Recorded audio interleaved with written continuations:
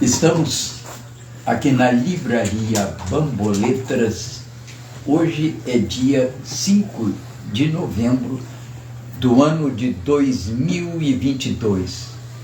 E estamos dando início hoje aqui, com o apoio do Milton,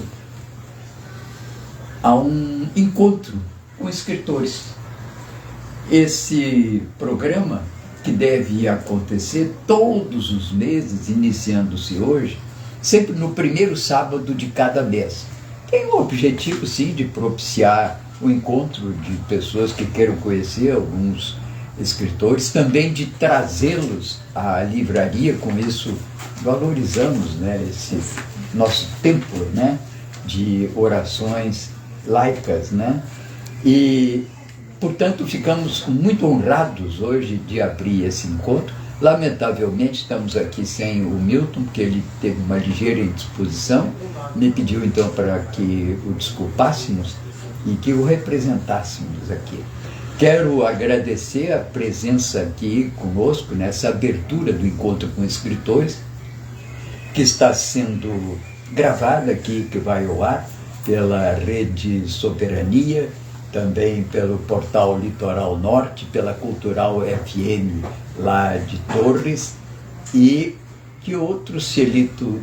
O jornal, o Zona Norte Jornal. Zona Norte Jornal está lá também. E a página Porto Alegre 250 anos. E esse programa se insere, claro, num amplo programa de celebração de Porto Alegre aos 250 anos.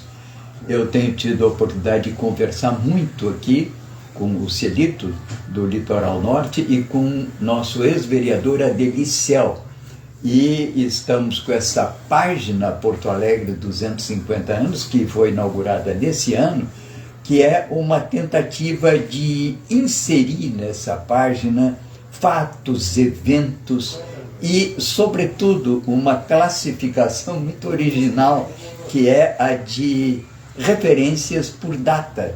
A inspiração veio, claro, do Sérgio Costa Franco, com o seu Porto Alegre em datas, só que nós queremos colocar Porto Alegre em dias. São 250 vezes 360. É um vasto de um esforço que vamos tentar fazer com a colaboração de todos. Será uma página aberta e que já tem aí como colaboração inicial um esforço que eu fiz de 1.200 páginas com cronoletes, que não são nada mais, nada menos do que verbetes cronológicos.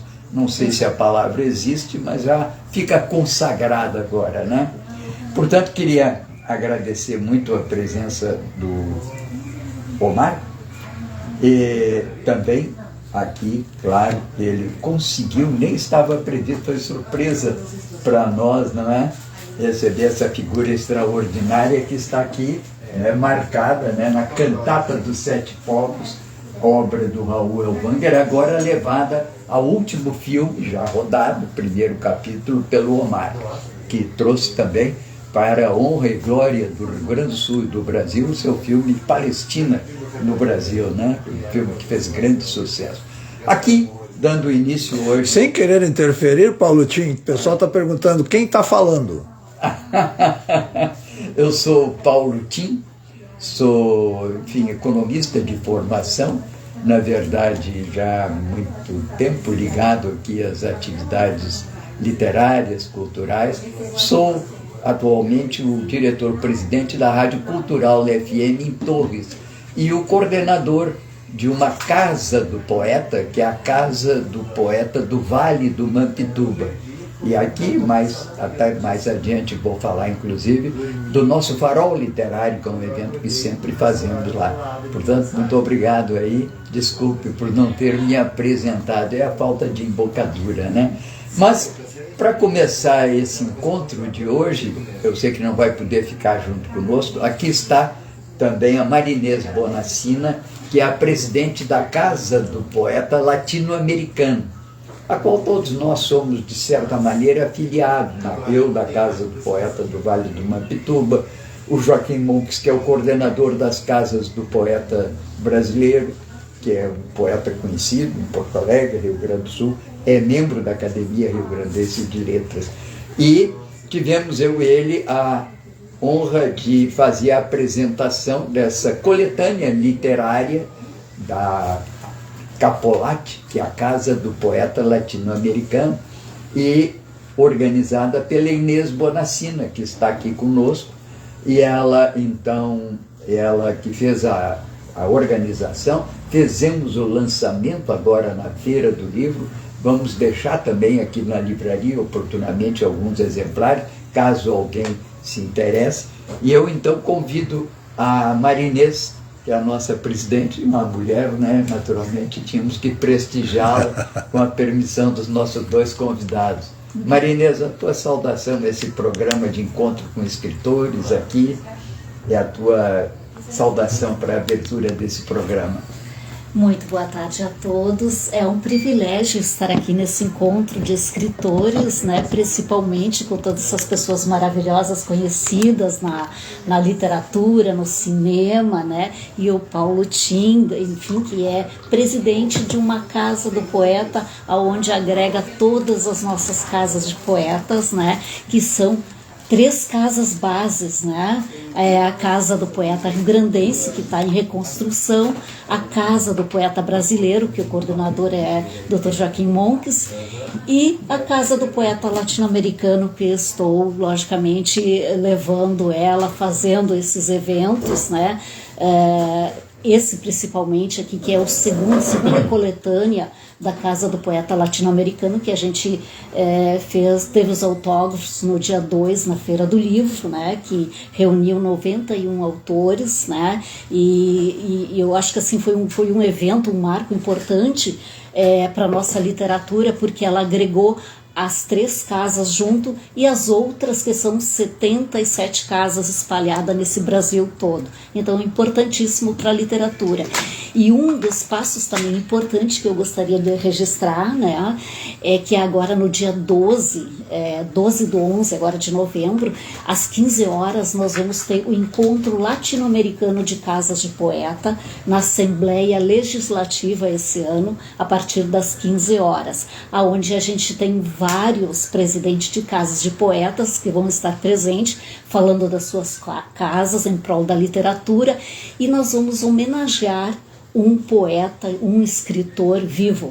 Esse ano vai ser Nina Tubino, ela que foi responsável pela Academia Almures, Academia dos Municípios do Rio Grande do Sul, durante muitos anos, né? Teve a sua condução, hoje em dia ela está em Brasília e vai vir especialmente para essa homenagem. Então eu gostaria de registrar essa parte. E muito obrigado pela oportunidade de estar aqui com vocês, né? E acho importantíssimo essa abertura dos programas literários, né? Os escritores precisam estar na vitrine. E maravilhosa essa iniciativa, meus parabéns. E estou à disposição também. Ok, muito obrigado. Bom, vamos então agora ao encontro com os escritores, né? Temos aqui nosso querido Omar, muito conhecido aqui na cidade desde os idos de 70 como Matico, né? E figura bastante consagrada já no mundo do jornalismo, no mundo das letras e agora também no mundo do cinema. Raul também dispensa apresentações, uma figura já aqui histórica, não só pela sua música, como pela sua resistência. Com ele eu passei, não, apesar de não termos encontrado muito, né, naqueles anos que foram os anos difíceis do regime militar, fomos abrigados lá e tivemos momentos de grande alegria e entusiasmo na época do Salvador Allende, né? Então, temos com aquela pátria chilena lá, eu deixei muita coisa, não só a minha juventude, deixei também filhos, né? Então, volta e meia estou lá também, guardo um carinho muito grande com o Chile, né? E era uma turma imensa, né, Raul? E uma vibração naqueles anos. E depois, claro, o sofrimento também que tivemos. Bom, vamos aqui ao querido Omar. Omar, nome completo, data de nascimento e signo. Agora não escapa. Claro. Omar Luiz de Barros Filho, nascido no ano de 1952, né, e criado em Porto Alegre, de pai engenheiro agrônomo e de mãe professor. Né? De fato, a minha carreira profissional no campo do jornalismo, do cinema e da produção de livros começa muito cedo, porque já na minha primeira infância eu já tinha muito contato com os jornais que se faziam aqui em Porto Alegre, principalmente o Correio do Povo, que meu pai era assinante, e tinha uma verdadeira paixão pelo rádio, né? Que como nós dispunhamos de um bom aparelho, eu conseguia acompanhar as notícias do mundo quase que obsessivamente. Tive a sorte de nascer numa casa em que os livros proliferavam, né? Então, desde muito cedo, me dediquei à leitura. Então, logo eu fui alfabetizado, com 5 anos, minha mãe mesmo me alfabetizou. Me apaixonei pela biblioteca que havia lá em casa e comecei a ler todos os livros que são próprios daquela idade e até impróprios mais tarde. Então eu fui rapidamente de Monteiro Lobato, toda a obra infantil do Monteiro Lobato, passei muito celeremente pelos livros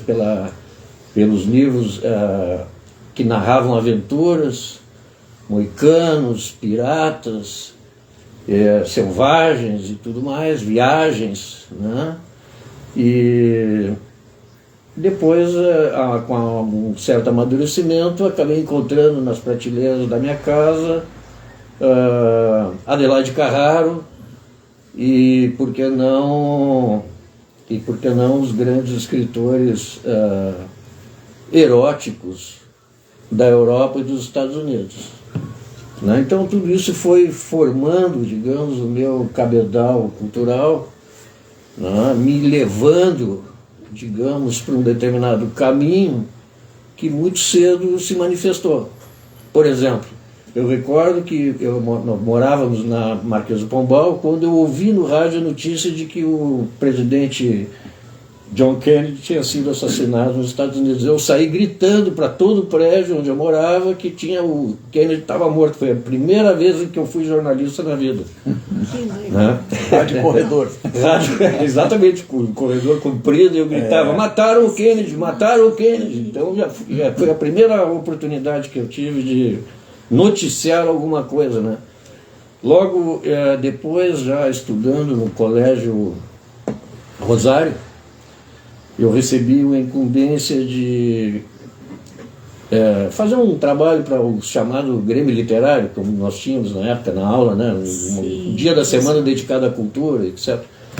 E eu tinha ganho de um tio generoso, um gravador geloso, chamava italiano, geloso, né? Um bom italiano, e fui gravar uma entrevista. Foi a primeira entrevista que eu gravei realmente, de fato, com o dono, ou com o gerente, não lembro bem, da Livraria Da Vinci, que ficava na Rua da Praia. Rua da Praia. Que a minha mãe, muito amiga, abriu uma conta corrente para mim lá na livraria, e eu quando queria ler alguma coisa, eu ia até a Rua da Praia, comprava lá, tinha um subterrâneo, me lembro que tinha 2 andares na loja ali na Rua da Praia, tinha a superfície exatamente na rua e tinha uma outra seção abaixo, né?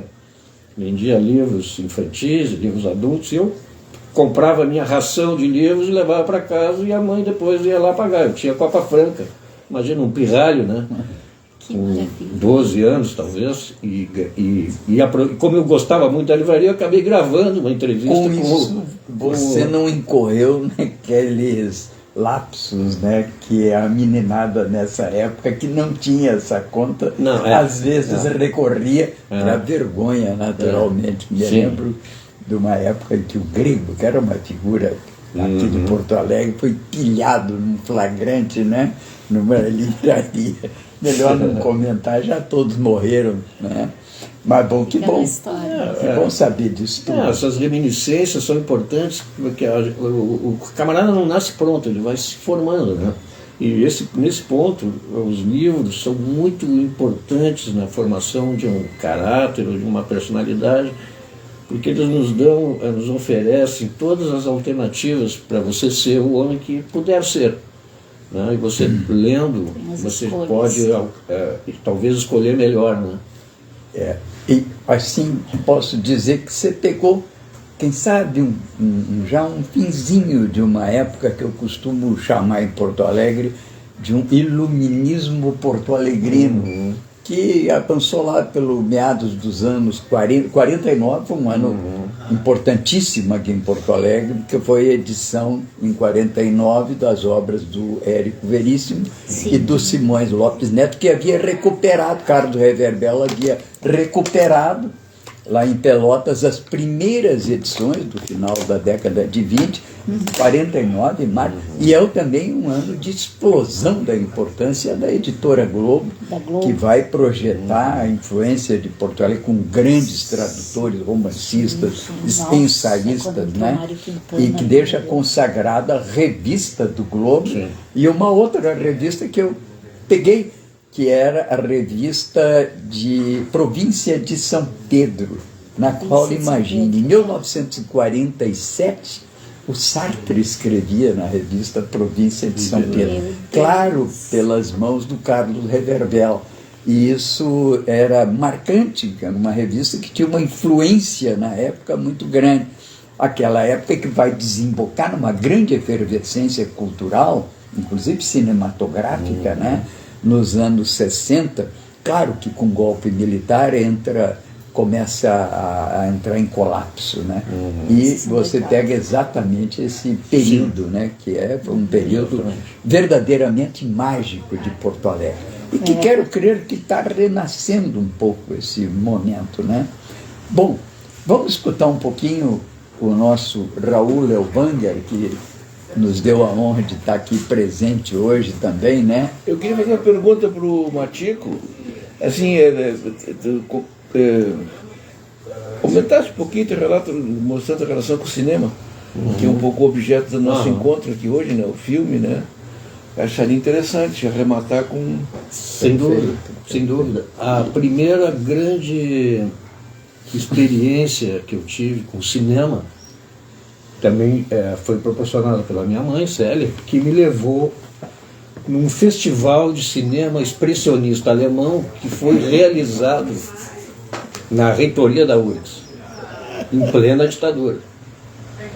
E aí eu fui, menino, fui de mão com ela, fui de mão com a mãe, né?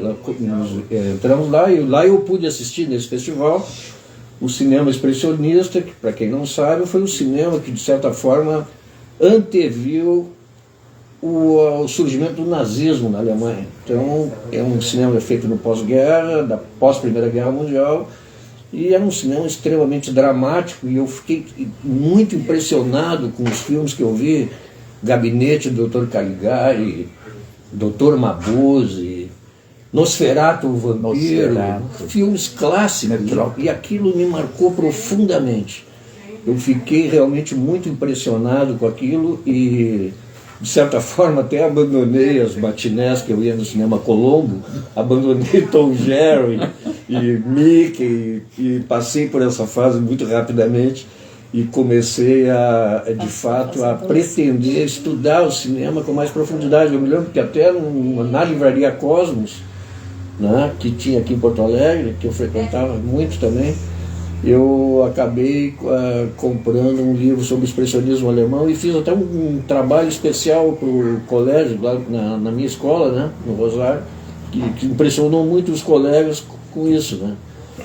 Bom, a partir daí, logo a minha mãe vivia me dizendo, não, você tem que entender o cinema, entender os símbolos que o cinema oferece. Então ela me dava as noções do que representava, por exemplo, a figura do herói, a figura do cavalo, a figura da amplidão da cena, etc. E eu fui me interessando muito e acabei numa aula como um aluno do professor Jefferson, crítico de cinema fantástico, Jefferson Barros, né?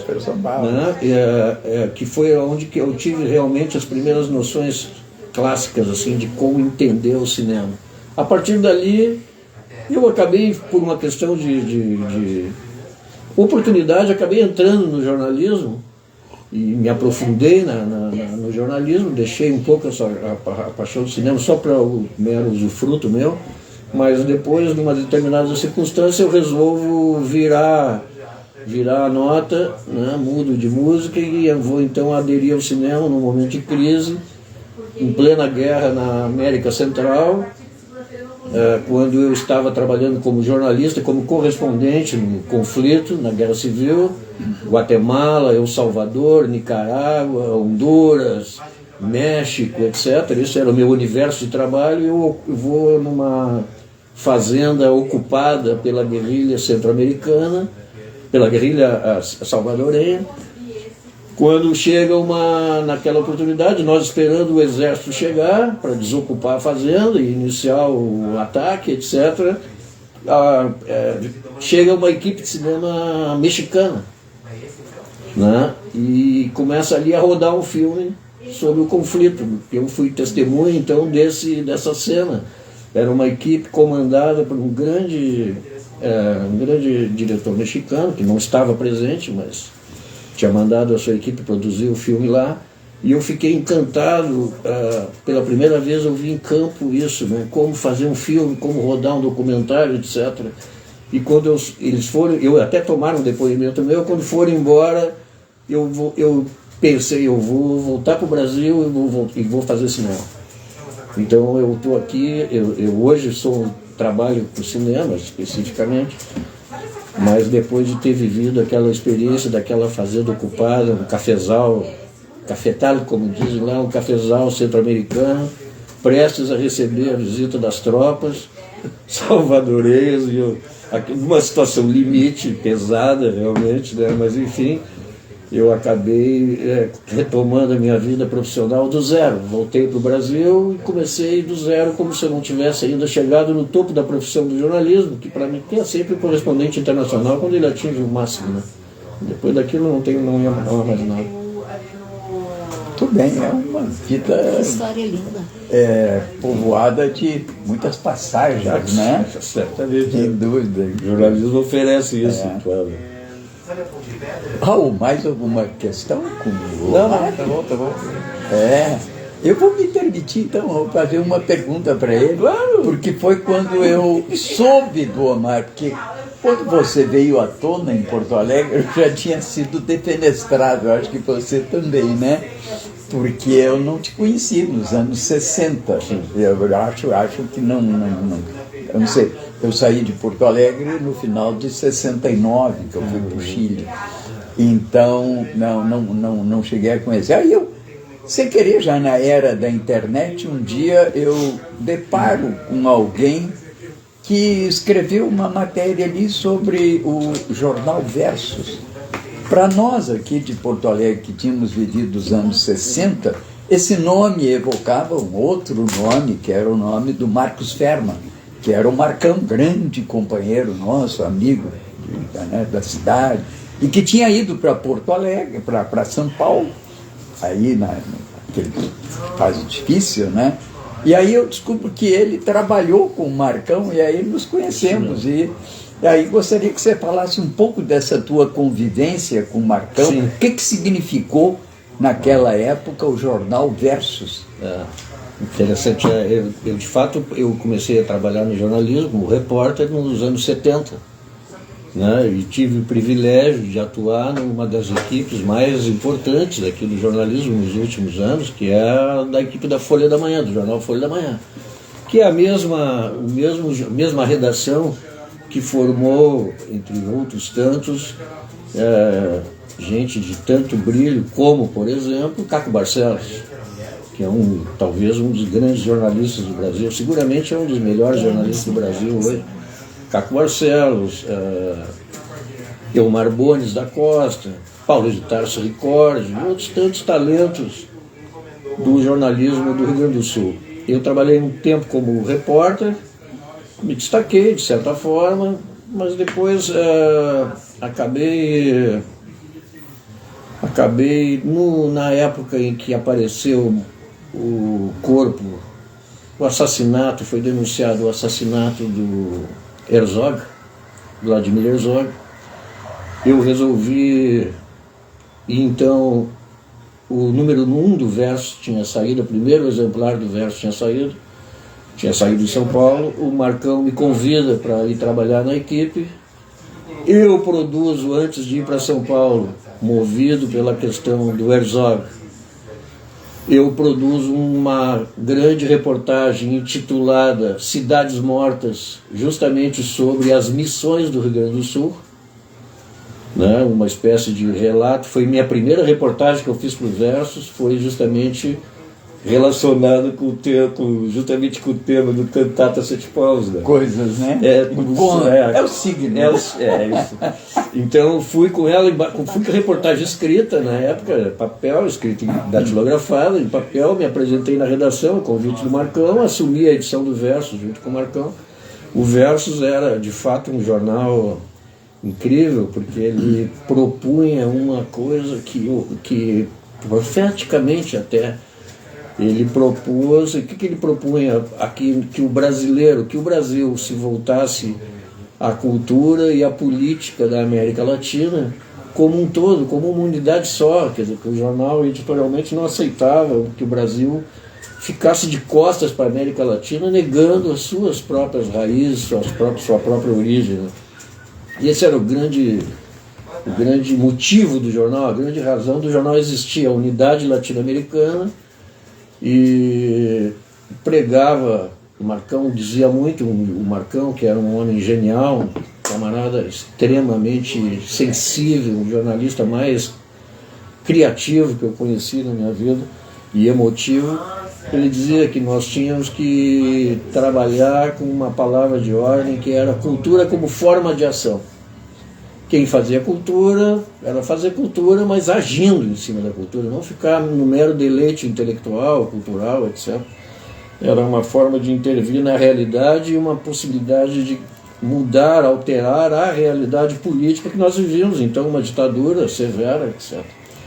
Então foi assim que eu conheci o Marcão, fiquei trabalhando lá no jornal. Eu fui até um dos editores que mais tempo esteve à frente do jornal, e foi lá, justamente na redação, que funcionava naquela época no bairro de Pinheiros, foi lá que pela primeira vez, eu como mais jovem que vocês, ouvi falar do Sr. Raul Elwanger, porque chegou pelo correio, se não me engano, uma matéria produzida em Buenos Aires, uma entrevista, maravilhosa entrevista, feita com o poeta Ferreira Goulart, pelo Raul Elwanger, pelo nosso companheiro que é psiquiatra, que estava contigo em Buenos Aires, o Abrãozinho Slavutsky, muito amigo do Marcão, também do Marcão Ferman, né? Então nós dizíamos na época daquela redação, no tempo que não havia internet, mal tínhamos telefone às vezes na redação, que o melhor repórter do jornal era o carteiro que trazia para nós as colaborações de todo lugar, né? Então eu me lembro que, muito jovem que eu era, que a primeira vez que eu escutei falar no Sr. Raul Elwanger foi quando eu peguei o pacote lá do envelope e fui fazer a revisão normal que eu fazia como editor, né, do material que a gente publicava, e tinha uma magnífica entrevista com o Ferreira Goulart, né, assinada por Raul Elwanger e pelo Abrãozinho Slavutsky, né? Então você vê como de fato as coisas ficam entremeadas de um jeito que é muito difícil de distanciar mesmo, né? Interessante. E esse fato também, muito que você chama a atenção do Versus, assumir esse caráter latino-americano, tem um pouco de gauchismo nisso também, porque nós carregamos muito conosco essa proximidade com a América. Sim. Aqui, não tem como fugir. Hispânica, com os países. Quer dizer, eu tenho um conhecido, um amigo, ele é músico também, que é o Xango Duarte, o nome dele é Duarte Weber, Jorge Duarte Weber. Está fora de cena, está um pouco adoentado, está morando em Tapes, e ele costuma dizer que, na verdade, esse isolamento do Rio Grande do Sul se deve muito, ele diz, ao positivismo do início da República, porque ele acha que nós somos o Pampa, nós somos uma dimensão do Pampa. Ele é muito ligado aos argentinos, muito ligado aos uruguaios. É o Chango Duarte, ele é muito ligado ao nativismo, mas numa visão bem crítica do que são os CTGs. Mas é certamente do nosso pessoal qualificado, tem boa formação acadêmica, tem uma visão muito crítica, mas de dentro do movimento do CTG. Mas interessante, muito bom. Essa lembrança, né, de tempos vividos, de momentos heróicos, né, personagens heróicos que passaram por Porto Alegre, projetaram-se no cenário nacional, né, e que vão se encontrando, né? Vejo hoje aqui um reencontro teu com o Raul, né? E isso eu acho que é interessante, é meio... tem muito que ver com a história do Rio Grande, né? Nós meio que andamos, voltamos e temos uma ligação muito forte. Eu passei 40 anos fora do Rio Grande, sempre pensando em voltar para o Rio Grande, que eu tenho uma ligação estreita com a cultura e com a história do Rio Grande. Por isso que acabei me envolvendo muito com a história do Brizola, sou fundador do PDT, eu sou realmente muito ligado nisso, não poderia enterrar os ossos fora da nossa terra, né? Mas bom, Raul, chegou a tua vez, agora você está aqui, vai ter que nos contar um pouquinho da tua trajetória, das tuas passagens, e de como é que você chega no filme Missões com Omar. Tá. Bom, meu nome é Raul Moura Elvanger. Eu nasci em 1947. Tive assim uma trajetória de menina, adolescente parecida com a do Matico, né? Classe média, também com bastante formação cultural na minha família, apesar de que meus 4 avós foram migrantes sem terra, que vieram do interior, né? Tanto os de origem missioneira como os de origem alemã, mas já peguei uma época, disso que tu nomeou um pouco do iluminismo, né? Que é um momento, eu acho, muito interessante da cultura do nosso estado. E só para graficar, como o Omar contou episódios com essa mãe, eu guardo as coisas, e a minha mãe me ajudou a guardar as coisas, porque muitas vezes as coisas me foram arrancadas. Eu tenho livros assim, abro o livro assim do Tarzan, aí tem assim: parabéns, meu filho, pelas boas notas em agosto, do pai. Então o prêmio mensal da tua nota era ganhar um livro. E os livros naturalmente foram progredindo de assunto, nunca chegaram ao erotismo dos teus. Amante de Lady Chaves. Lá em casa o negócio era meio mais conservador, assim, e tal, né? Então eu estudei em colégios particulares e, digamos, um momento, eu acredito que é decisivo na minha vida, é que em 1966 eu entrei na Faculdade de Direito da PUC,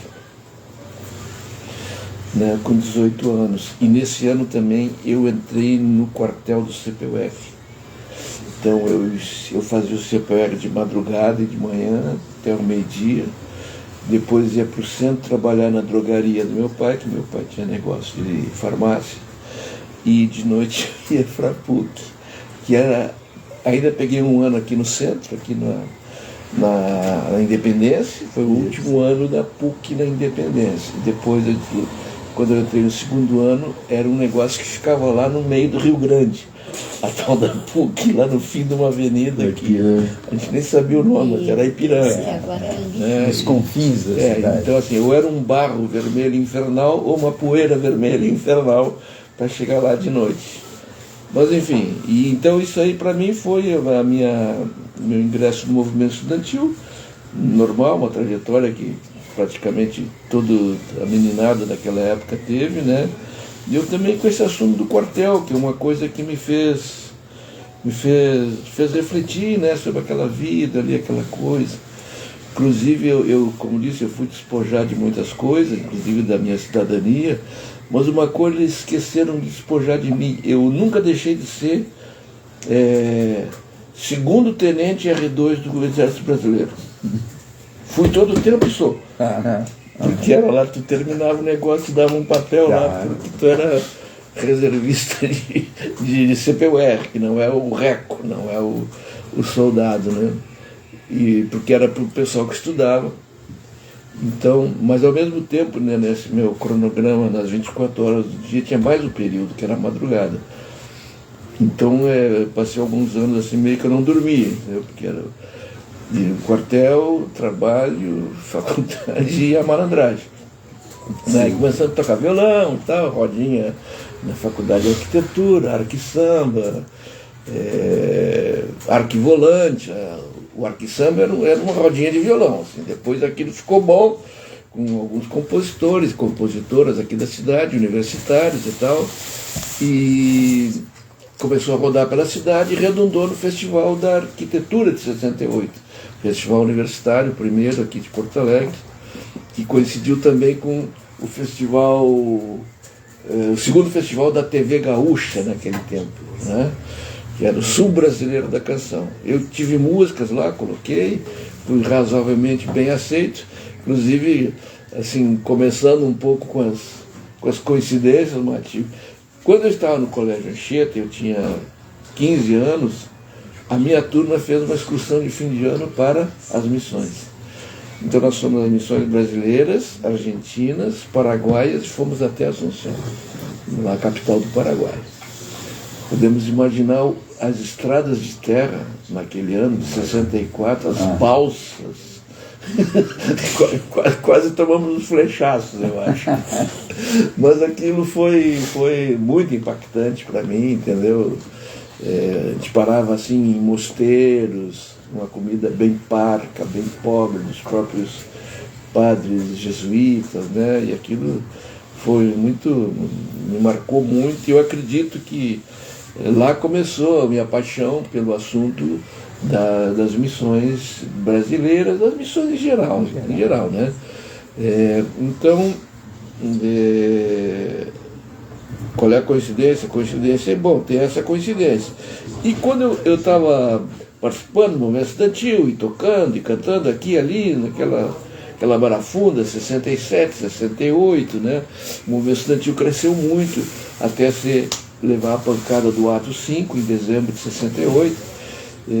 E justamente o movimento musical da nossa cidade era muito intenso, toda uma tentativa nova de criar uma nova linguagem.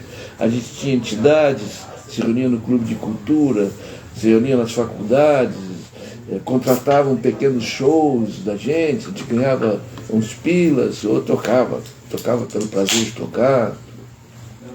E então, surpreendentemente, um dia me chamaram para fazer uma matéria jornalística, uma entrevista comigo. Eu fiquei espantado, porque eu tinha ali uma meia dúzia de músicas, toquei no festival de cara dura, lá, não sabia direito, estava naquela agitação ali, né?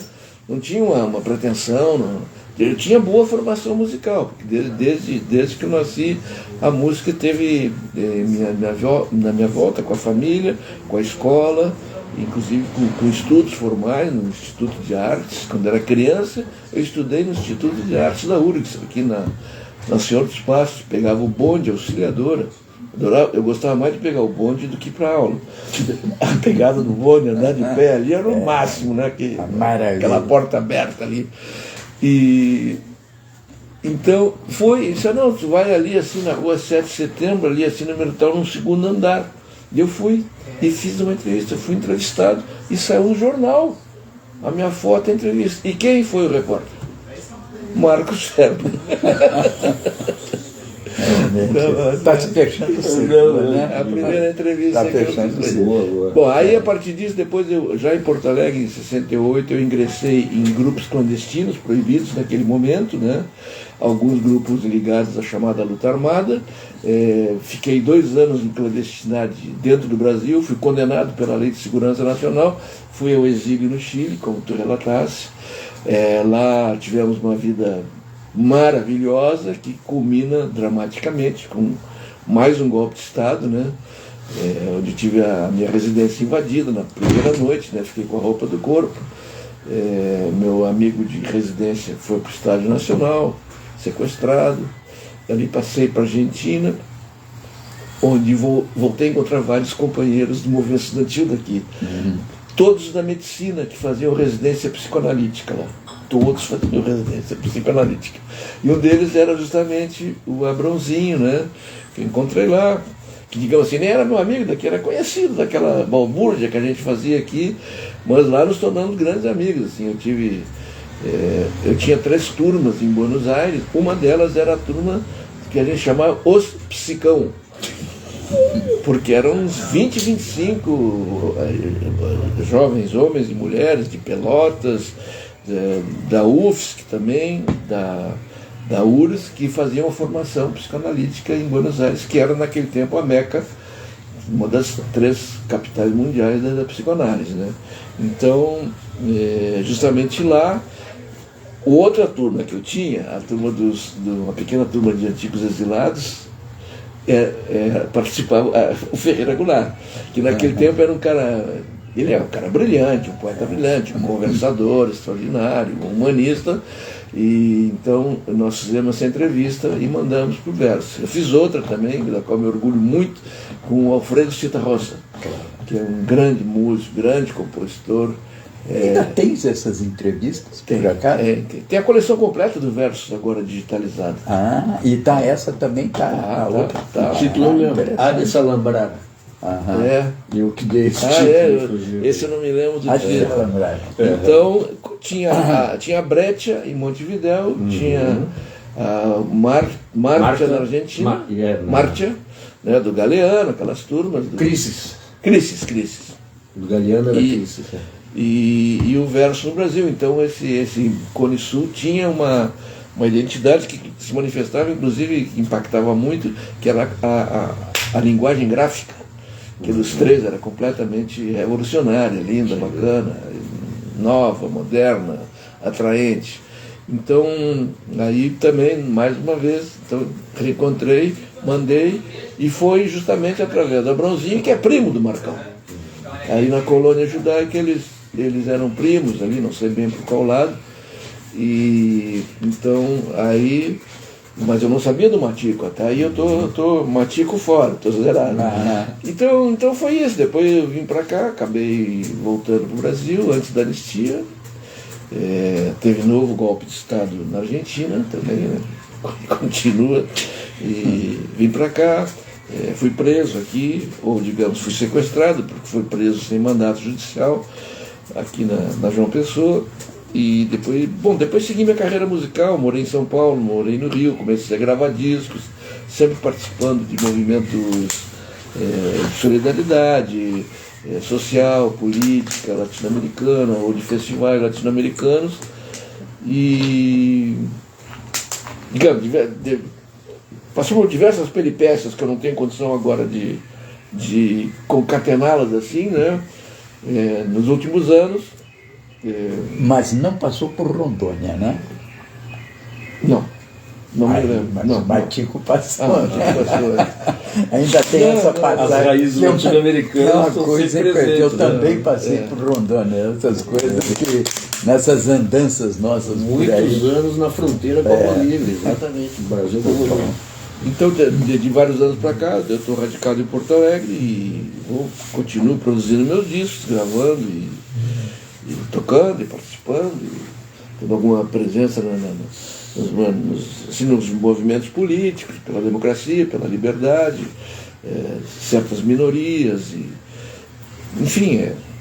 E me deu na cabeça, em certo momento, de escrever essa cantata, né?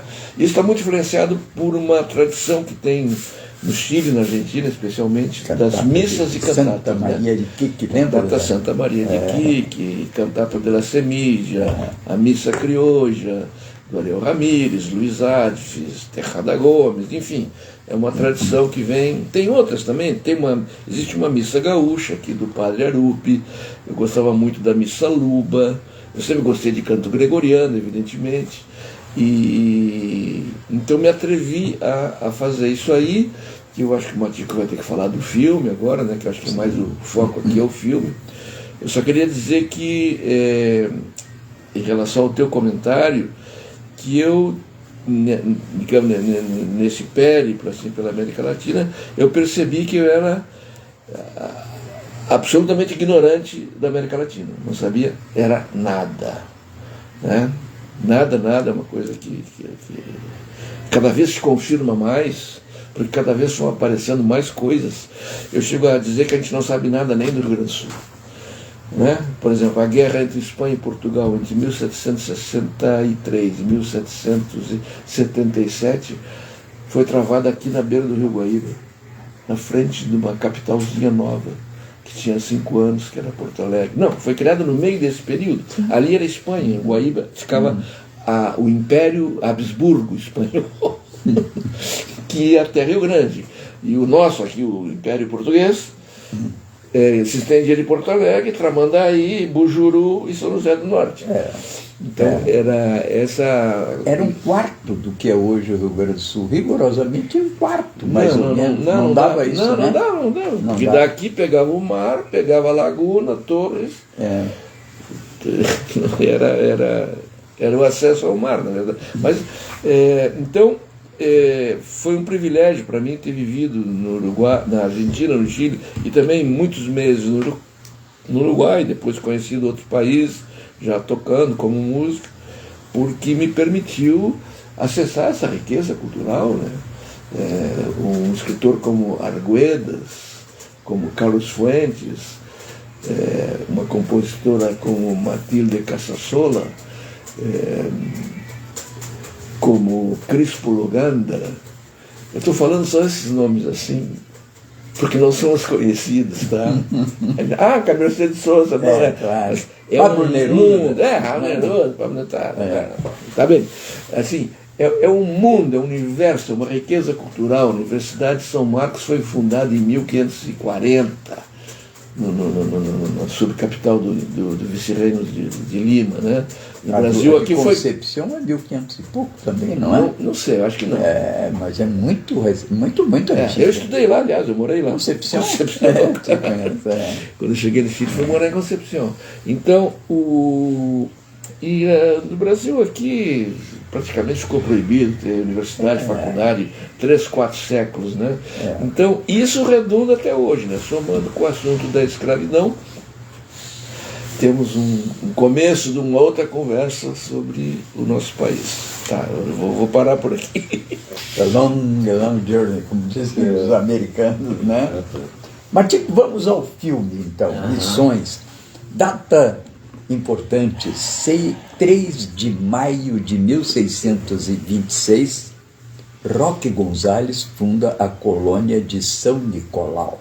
E tem aí uma saga, né, que vai se desenrolar em muitos capítulos, porque num primeiro momento aquelas povoações ali originárias, aqueles povoamentos são liquidados pelos bandeirantes, no seu afã de escravizar índios. Eles descem inclusive por Laguna, mas já havia caminhos até essa região e promovem uma dizimação.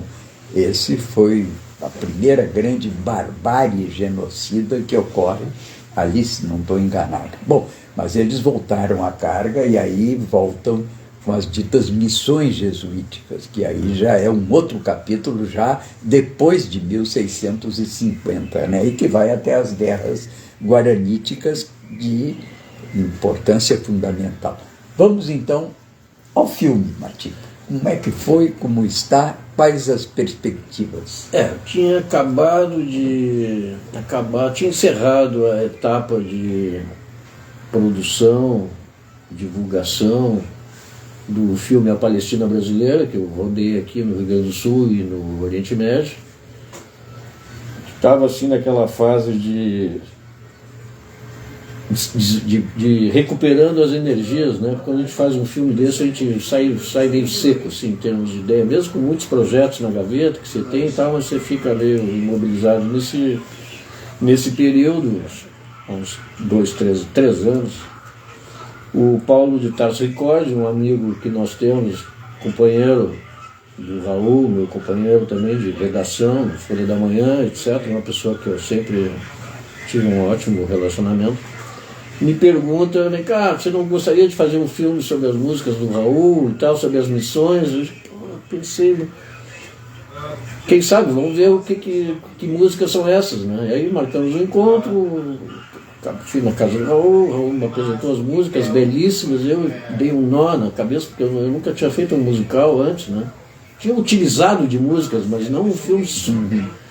E fiquei naquele... Já conhecia a história das missões, o Paulinho e o Raul tinham pesquisado muito sobre o tema, me senti seguro na avaliação se valeria a pena jogar energia no projeto ou não, mas quando eu conheci as músicas aí foi decisivo para mim, né? Eu fiquei encantado com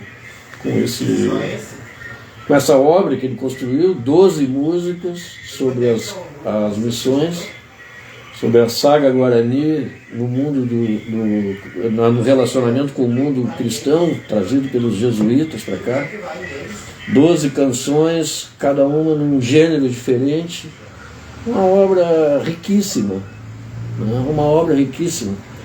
E eu percebi também que além dessa riqueza que a obra em si trazia, que eu tinha um outro trunfo, digamos, na mão, para fazer isso, que me levaria a fazer o filme, que é a própria figura do Raul, né? Que é uma pessoa que se expressa com muita clareza, né? Um personagem que tem uma história vivida de muita importância. E eu então, na hora de começar a idealizar o filme, eu pensei, eu cheguei num dilema. Como que eu coloco o Raul no mundo dos Guaranis? Né? Porque nós temos duas realidades em relação aos Guaranis. Uma que já foi, e outra é que existe hoje. Né? Então, na hora de escrever o filme, que esse é o primeiro passo, mesmo em documentário, eu considero assim, que um documentário, fazendo um parênteses, documentário é sempre um gênero que fica entre o jornalismo e o ensaio.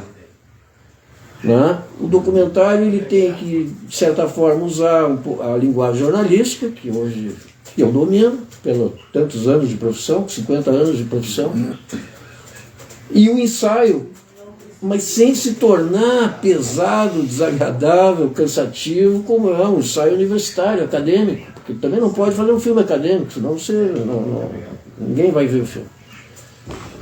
Então eu debati com esse problema, e eu sou da tese de que um bom documentário tem que ter um bom roteiro. Um bom roteiro é aquele que prevê o que vai acontecer, mas sem engessar a surpresa, sem impedir que a surpresa que acontece no caminho, que elas venham enriquecer o filme. Então é um caminho muito delicado, é um problema. Tem gente que não trabalha sem roteiro, sai com a câmera e vai fazendo. Mas isso hoje, diante dos custos que envolve a produção cinematográfica, é um risco muito grande, né? Então eu procuro, quando faço um roteiro, eu procuro prever os acontecimentos, mas eu sempre deixo janelas e portas abertas para aquilo que vai acontecer no caminho da jornada, na filmagem propriamente dita, os fatos que vão surgindo, informações que chegam, etc. Então eu tomei a decisão difícil decisão, de privilegiar a figura do Raul Elvanger e da obra como meio de alcançar o mundo guarani.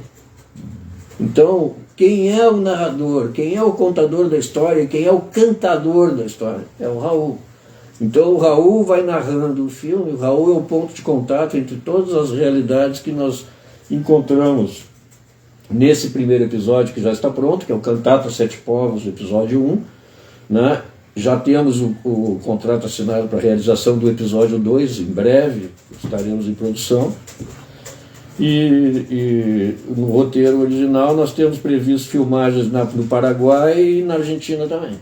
Com isso apresentaríamos as 12 músicas que o Raul compôs. Encerraria com essa... E encerraria essas... exatamente, encerraria a série. Esse foi mais ou menos o mecanismo que que nos conduziu, digamos, nessa realização, uma realização que nós ficamos 12 dias de filmagem, em pleno inverno. Foi uma temporada muito difícil de trabalho, que pegamos as temperaturas mais baixas desse ano.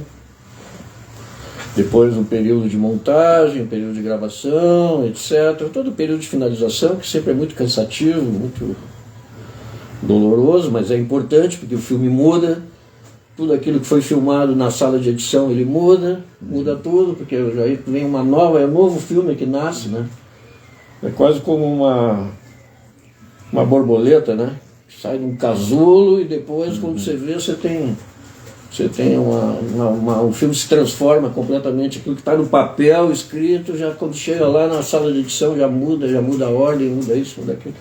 Enfim, isso faz parte do fazer cinematográfico, né? Então, para mim foi uma obra gratificante. Eu gosto do resultado. Acho que o resultado desse trabalho, desse encontro com o Raul a campo, ele cantando,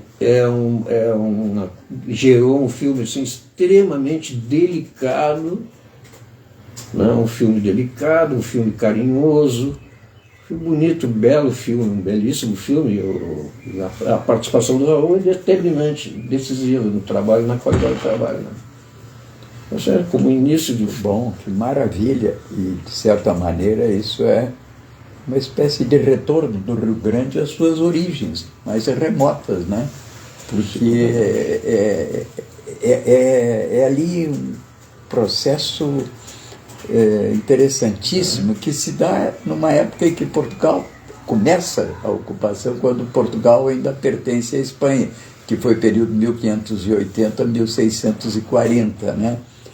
E que depois tem uma dinâmica diferente, que vai, enfim, passado pela tragédia guaranítica, fica aquela terra meio sem dono, e aquele povo, como aparece no Anaí das Missões, que eu acho que é um filme importantíssimo para nós aqui também, né, para mostrar o que sobrou daquilo, né, daqueles pedaços, né, de gente que ficam sobrando e assistindo aquela ocupação meio, já naquela época, né, meio conflitiva, né, do Rio Grande do Sul, né, mas que deixa, né, aquela luta guaranítica deixa uma frase que continua ressoando até hoje no Brasil inteiro: essa terra tem dono. Eu acho que isso é um recado que atravessa os séculos e está fadado a andar ainda e alimentar corações e mentes por mais, e resistência, né, por mais tempo. Bom, diga lá, Raul. Não, assim, é que assim, da nossa conversa, né, eu fiquei percebendo que a gente está falando de muita coisa, né, muitas coisas, né, importantíssimas, todas elas, mas aí a gente fala em 12 canções, que são 3 vezes 12, 36 minutos. Então como é que cabe essa epopeia toda, né? Toda essa coisa desde 1616, né? Quando eles fizeram aquele primeiro intento das 30 missões jesuíticas no atual Rio Grande do Sul. Eles chegaram aqui em Candelária, no Cerro do Botucaraí, por isso que tem o nome de Candelária, né? Que é um nome que se perpetua em outros países, onde essa palavra é mais usada no idioma castelhano, né? Isso foi justamente, como tu falou, dizimado pelos genocidas paulistas, né? Que eles chamam de bandeirantes, mas a gente sabe agora, né? E que o Bolsonaro diz que eles são os primeiros empreendedores empreendedores do genocídio, né? Parece que ele não perdoa, então, tu graficou bem ali, né, a data do começo, onde o padre Roque Gonzalez, né, que já não era espanhol, ele já era um criollo, ele era paraguaio, ele era assuncenho. Quer dizer, ele era espanhol, mas ele já era um fruto de um casamento de um espanhol com uma nativa paraguaia. e eles são vitimados pela ala mais radical, digamos, da resistência guarani, né? Do cacique Inhaçu. Mas em 1641, comandados pelo padre Balda e dirigidos pelo superior provincial Antônio Ruiz de Montoya, eles derrotaram Raposo Tavares e mais dois dessas máfias paulistanas na Batalha de Bororé, na foz do Arroio Bororé, sobre o rio Uruguai. Eles foram derrotados já com o uso de canhões de bambu. Enfim, houve todo um início onde os guaranis perceberam que eles poderiam talvez resistir, né? Isso provocou uma grande cisão dentro dos próprios jesuítas, né? Entre a obediência ao geral de Madrid, que mandava eles abandonarem tudo em função dos tratados, e os padres, alguns que tinham vivido a vida aqui, dado sua vida, né? Seus esforços, sua crença, seu amor, sua paixão religiosa, e de repente lá os impérios dizem não, vamos embora, enfim. E então, estou dando toda essa explicação porque a cantata, na verdade, ela vai cantar o período do esplendor, que é o segundo período, de 1680 a 1750. Nesses 70 anos é onde se faz a segunda tentativa, que são os 7 povos, né, que começa a querer que o primeiro é o de São Borja, na verdade, nessa segunda tentativa, né, que aí não fazem mais choças de palha simplesmente e dão uma prédica. Eles tinham tanta fé, aqueles missioneiros originais, como São Francisco Xavier, o próprio Santo Inácio de Loyola, que eles acreditavam que bastava a palavra, o verbo, e aqueles indígenas estariam totalmente convertidos e abandonariam a sua vida desregrada, digamos, para seguir o bom caminho. Tanto que eles adotaram a palavra redução. A redução é o lugar onde faz a recondução. O reduto, o caminho, essa palavra. Então, é trazer de volta para o bom caminho. Então, aí daí vem a expressão redução, é a recondução a um bom caminho. Então, eu peguei esses períodos de 70 anos apenas. Então, começa com uma invocação, né, um pedido de ajuda aos deuses de ambas as religiões, e aí segue falando do trabalho, do amor, da guerra, da produção, da magnificência arquitetônica, né, que é talvez a face mais visível da opulência e do Fausto, que foi em algum momento essas missões. Depois aí já fala um pouco da luta dos impérios, das traições dos dois impérios, ambos traindo suas promessas, seus súditos porque afinal a traição era essencial, era da essência deles. Eles ficavam se traindo entre eles o tempo todo, independente de Guarani, ou de chinês, ou de japonês, eles viviam naquela intriga europeia lá. Dois impérios que já começavam a decair e que tinham vivido da prata de Potosí e do ouro de Potosí, e já começavam a viver do ouro brasileiro, né? Então impérios predadores, sugadores, parasitas, que não tinham um projeto de desenvolvimento que fosse econômico, industrial, não sei, uma coisa, não. Viva o escravo tirando o minério da terra, fosse também o algodão brasileiro, o café, o açúcar, enfim, todas essas coisas, né? O charque, aqui no caso do Rio Grande do Sul.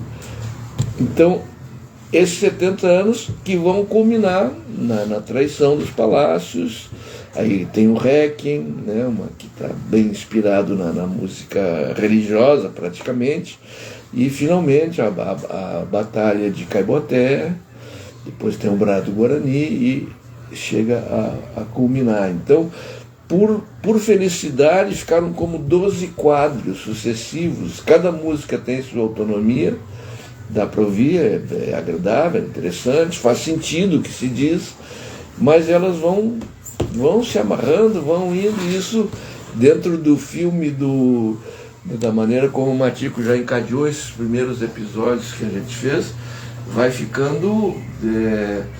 eu fiz a imagem assim, Matico, como a lançadeira do tecedor, né, que a maneira como tu organizou o roteiro, a direção, é assim, a gente dá uma passadinha lá, antes de dar uma passadinha aqui, passa pela aldeia aqui de Itapuã hoje, né, vai lá embora, fomos lá no sítio arqueológico São Miguel, filmamos os indígenas de lá, a obra arquitetônica, tivemos na aldeia aqui, com os meninos cantando, com o cacique falando mal de todos os brancos por vir e por haver.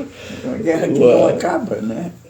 Claro, enfim, porque toda essa prédica europeia, ela resultou em muito pouca assimilação.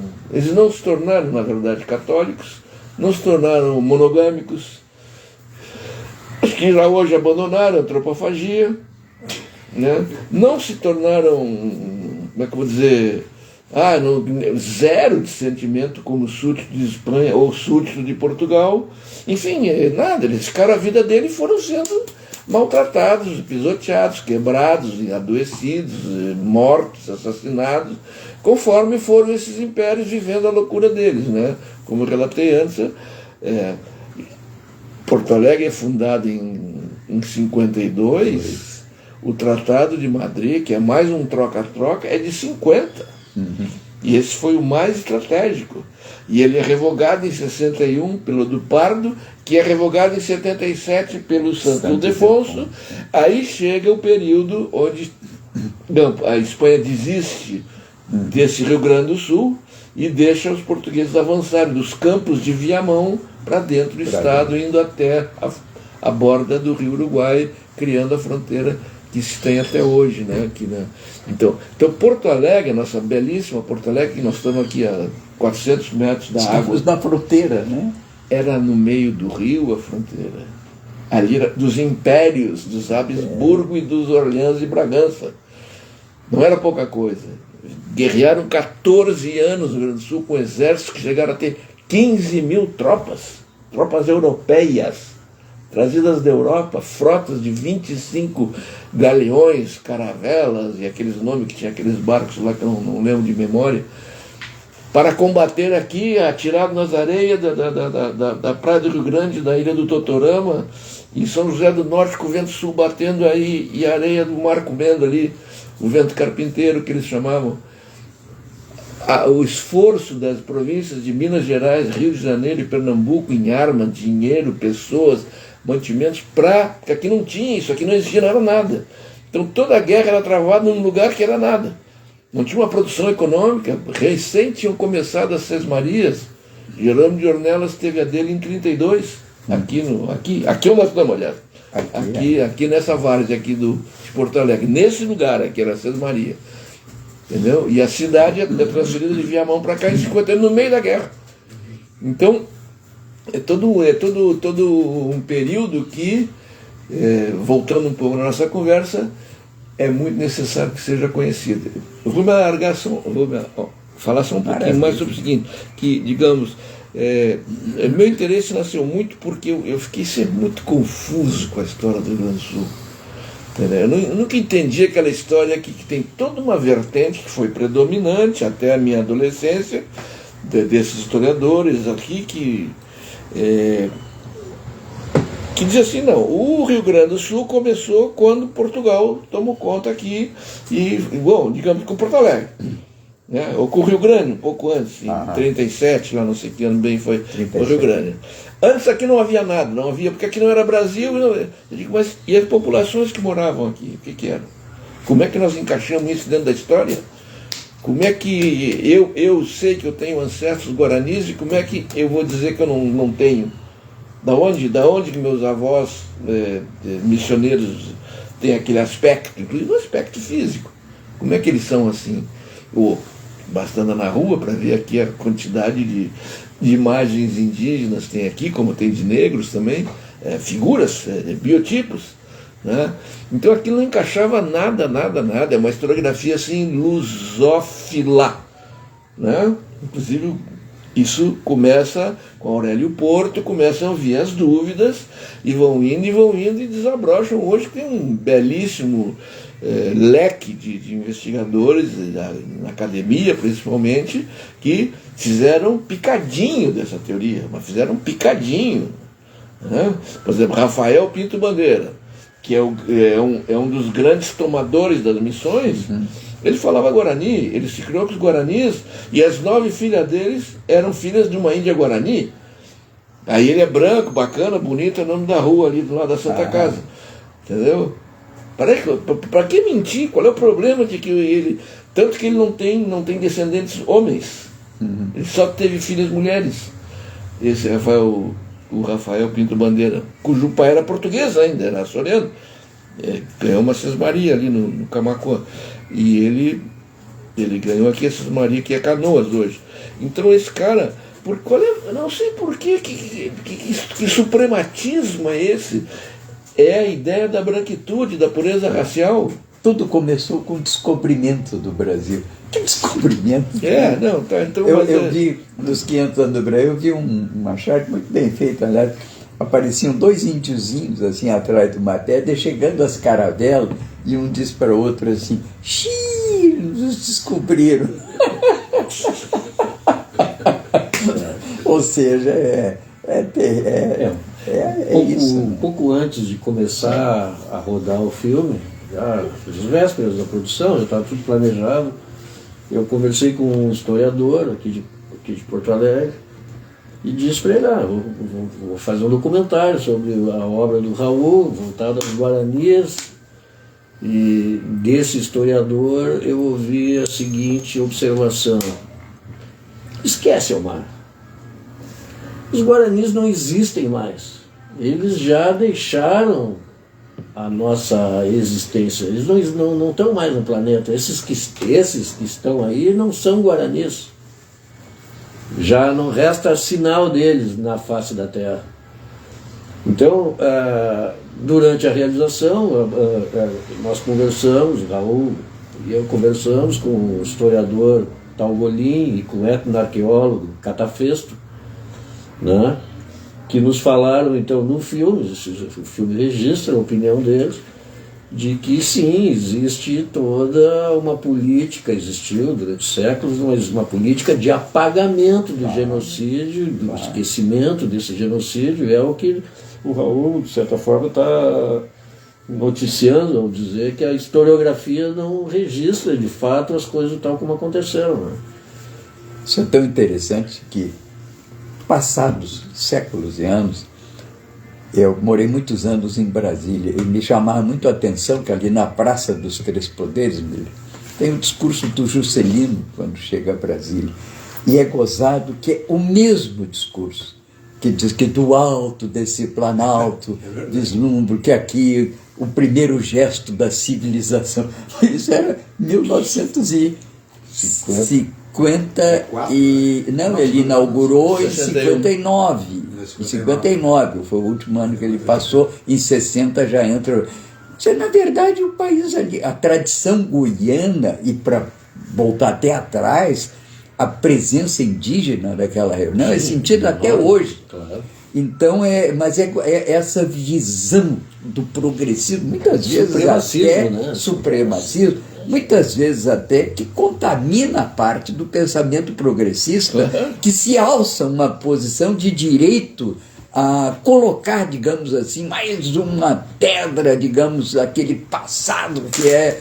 Não, peraí, o passado ele está lá, entende? Ele existe, são pessoas, são culturas, é o meio ambiente. Em Brasília, até hoje, você anda em toda a cidade, foi colocada no meio do cerrado, você não vê folhagem do cerrado nos canteiros de Brasília. A cidade se desconhece no seu próprio meio. É uma coisa impressionante isso. E é uma visão progressista, mas ao mesmo tempo marcado por esse supremacismo modernizante, branco. Eu acho que você tem razão, gente. Acho que o filme de vocês é extremamente importante, inclusive, traz à tona, talvez, falamos aqui em traições, né, o que a gente mais tem sofrido.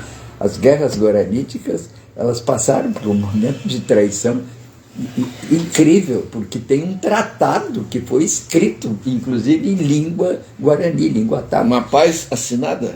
Paz assinada e que foi vilipendiada por duas coroas, né, que eram dos Exércitos Unidos de Portugal. Quer dizer, nós temos que ter conhecimento disso, não podemos deixar isso. Não, depois. Não. Acho que o filme de vocês é oportuno, conveniente.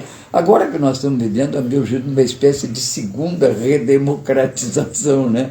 Porque vamos ter que fazer um processo de reconstrução cultural do país, né? De abertura de novo. Olha, o Matico falou um negócio que eu acho que reforça, eu não tinha falado antes, tinha me esquecido, que é o seguinte: quando me dava esse mal-estar por não conseguir entender as coisas, porque as coisas estavam mal contadas, era só por isso. Claro. Bastava contar direito. Não contava. E isso continua, isso impregnou a música popular, impregnou a literatura, um negócio que vai longe. Mas então, além do suprematismo do branco, desse desejo que o brasileiro tem de ser europeu, branco, claro, bonito, de olhos claros, não sei o que, tem outra coisa, que é essa conversa mole, ela oculta os crimes, oculta 500 anos de crimes que foram praticados irremediavelmente, com todas as justificativas, com as coberturas religiosas, filosóficas. Então é isso, tem muita essa tática que digamos, que o bandido faz, ele pratica o crime e ele já oculta o cadáver, já na fazeção do crime, ele já está tratando de se absolver. Claro. Né? Como uma execução essa judicial em 1972, como a do Herzog, a do Vladimir Herzog, eles assassinaram o jornalista, imediatamente forjaram a cena de que ele se suicidou a 40 centímetros do chão. Lá, tá pendurado, coitado, uma foto das fotos mais dramáticas da história do Brasil. Já no crime, tu já faz o teu álibi, né? Então, isso tem muito a ver. Eu até acredito que essa grande resistência que teve aqui dos Guaranis, que é uma das maiores da história brasileira. Eu comparo ela à dos Canudos, a do Quilombo dos Palmares, né? que é anterior, inclusive, mas no ponto de vista de etnias indígenas, resta ver alguma coisa que teve ali no Vale do Paraíba, no norte do Rio de Janeiro, que é uma história também que nunca se conta, nunca aparece uma coisa clara, mas essa aqui é uma das grandes gestas da América Latina, foi praticada aqui por esses mesmos ancestrais dessas pequenas tribos que estão ainda distribuídas, clãs praticamente, né? Que estão distribuídas, mas que têm sua língua, sua cultura, seus hábitos, sua culinária, sua medicina, sua religião. Conversei com o maestro Jaguareté lá em San Ignacio, na Argentina, na beira do Rio Paraná. Ele falou, não, que é músico, violinista. Não, manda um abraço para os meus primos, lá da Lomba do Pinheiro.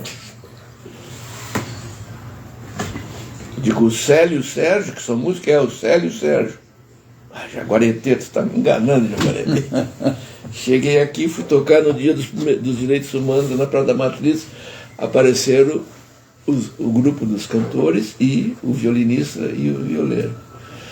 E eu perguntei para eles, vocês conhecem o Jaguareté? Claro, nosso primo de San Inácio, lá na Argentina. E ele tinha me dito o apelido deles lá. Digo, vou pegar esses caras. Qual é o apelido deles? Geniol. Perfeito. Geniol é melhoral, é o produto melhoral em castelhano, porque eu tomo muito melhoral e me botaram apelido de Geniol. Eu tomo muito melhoral, meu apelido aqui é melhoral. Perguntei para os guri aqui como é o apelido deles. Era para matar, uma casca de banana, assim, né? Geniol. Cheguei a me arrepiar, né? E eles caminham, eles vêm caminhando lá da Argentina, caminham aqui, vem até o litoral, até Tramandaí, sobe, vão indo, caminhando, Esses vão a caminhos- Torres, vão a Petrópolis, vão Esses a caminhos Paraty. têm quase 10 mil anos. A Esse idade caminho- deles, Esses caminhos todos que foram abertos, depois para o Cristóvão Pereira de Abreu, que é ali que leva a primeira boiada lá para Sorocaba, 1720. Já estavam abertos os Já caminhos. estavam abertos, já eram caminhos de índios. Esses caminhos todos já são percorridos, entende? Há milênios por esses povos. Inclusive, o que é bacana aqui é pensar assim, tudo isso que eles fazem, fizeram e continuam fazendo, apesar de tudo que eles passaram, a começar pelo genocídio lá no Paraná, no Itatinho, no Guairá, onde os bandeirantes começaram a apreá-los, a roubá-los, amarrá-los, levar. Eles fizeram um êxodo, 12 mil pessoas caminharam do Paraná até Entre Rios, aqui as Missões, 12 mil indígenas, famílias inteiras, comandadas pelo Montoya, pessoalmente. Quando não suportaram mais lá, eles não tinham como lutar, vieram para cá. Então é um dos maiores êxodos civis da história da humanidade. Foi feito aqui. Assim, para cruzar as cataratas, por exemplo, como é que eles fizeram? É todo um drama. Morria um monte de índio para cruzar, porque o barco, porque não sei o quê. Agora, tudo isso que eles fizeram, por que eles fizeram isso? Porque são cabeça dura, são malucos, são fanáticos. Não, porque eles acreditam na terra sem males. Eles acreditam no mundo melhor. Então tudo isso é a luta deles, pela religião deles, por um mundo melhor, pela terra sem males. Eles caminham, vão, apanham, sofrem, morrem, por um ideal que, digamos, para usar uma expressão tua, humanista, iluminista, que tu usaste no começo, né? Uma coisa positiva, bonita, sei, humana, saudável, sã, né? Normal, digamos, natural, do amor das pessoas, do afeto, da solidariedade, da vida comunitária. É por isso que eles fazem isso, não são malucos. Ah, não, nós vamos passar 500 anos sofrendo, porque sim, não. É por um ideal construtivo, positivo. Tudo bem. Bom, é comovente, né? A gente fica quase que na respiração presa, né, diante desses fatos. Bom, eu acho que conseguimos dar uma apresentação como queríamos, né, de duas personalidades da cultura aqui da nossa cidade, do Rio Grande do Sul, com projeções hoje além fronteiras, né? O Matico andando lá pelos confins da Palestina, o Wander aqui a nossa América Latina, pelos interiores todos, né? E sempre muito atento, sobretudo, à questão da dívida que nós brasileiros temos com os chilenos, né? Um povo que nos tratou de uma maneira absolutamente espetacular daqueles anos do presidente Allende.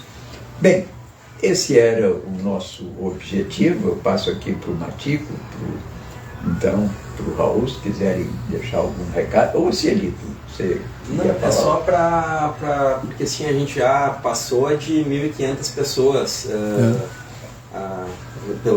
pelas transmissões todas, né, somando. Como essas pessoas e as pessoas que virão a ter acesso a essa aula aí espetacular, né, da nossa história, como que essas pessoas podem ter acesso ao filme, né? Ele está disponível em algum canal, só para na última fala de vocês, se puderem colocar também. O projeto felizmente prevê a ampla difusão do filme nas redes sociais de forma gratuita. O filme ele tem como justamente a missão primordial dele a difusão dessas canções compostas pelo Raul e da mensagem que está em defesa do povo Guarani, da existência do povo Guarani. Então ele vai ter um filme, ele é um filme que vai ser acessível a todo e qualquer interessado. né? Nós vamos ter num determinado site, no site do Instituto Latinoamérica, que é o nosso apoiador, né? Esse filme vai estar disponível no site, e qualquer escola, qualquer organização voltada à defesa dos direitos humanos, direitos indígenas, ou de formação artística, cultural, pode acessar o filme quando quiser, de forma livre e tranquila. Nós vamos fazer a divulgação também, daí Certamente. no próprio... Certamente. Todas as nossas redes. Exatamente. Aí. Então, nas próximas semanas, isso já vai estar provavelmente já disponível à disposição de qualquer interessado. Eu acho uma evolução isso, eu acho um bom sistema. Não, perfeito, e aí isso tem que...